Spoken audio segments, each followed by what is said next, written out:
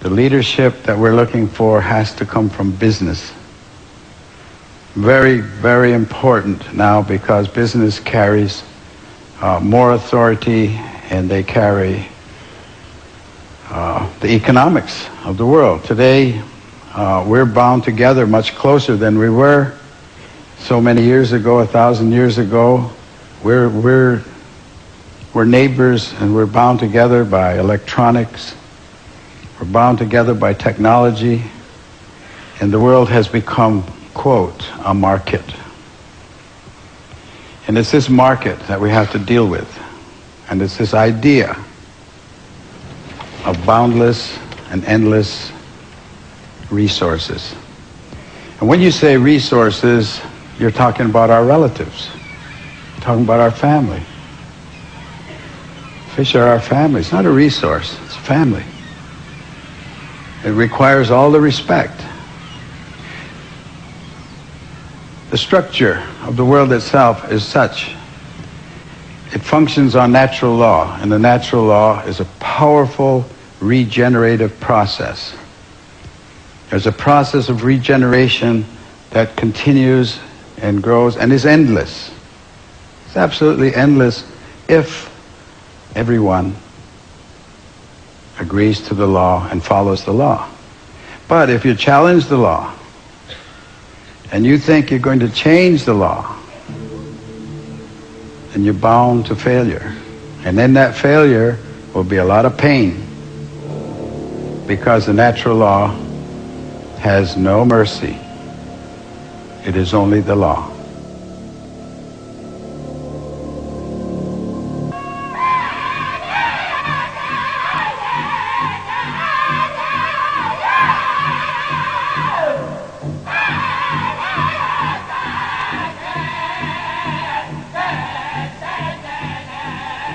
The earth is all-powerful.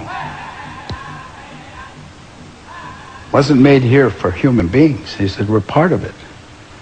But we don't have to be here, because the earth has its own process. And if it becomes to the point where you destroy yourself as human beings and you destroy life and finally leave this earth, the earth's not going to disappear. There's not going to be an end of the world.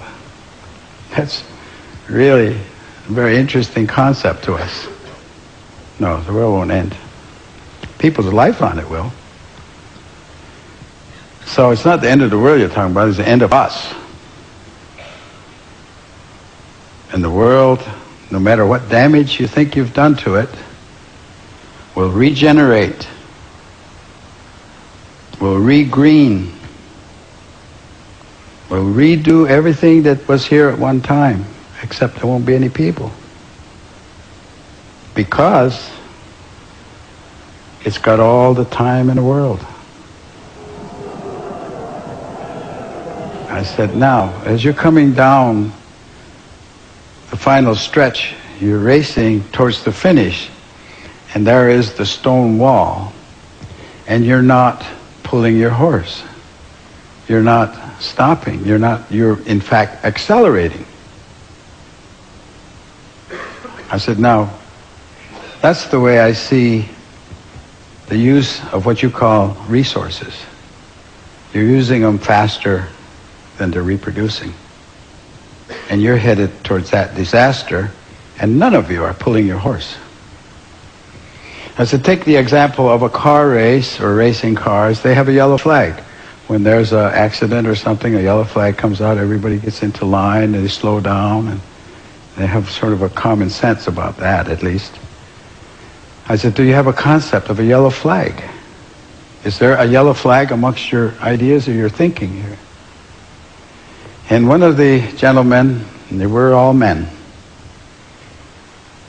maybe 50 to 60, 65.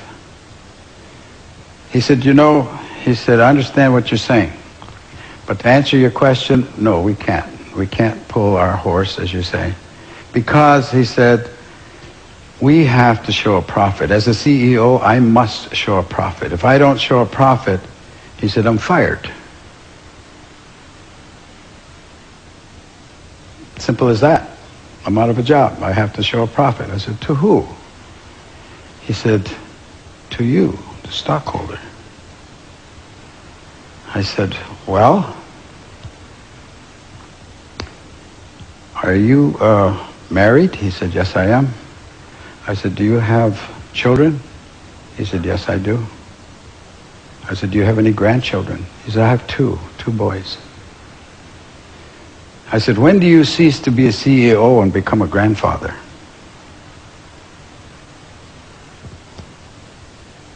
There was a lot of silence there, because that was a moral question.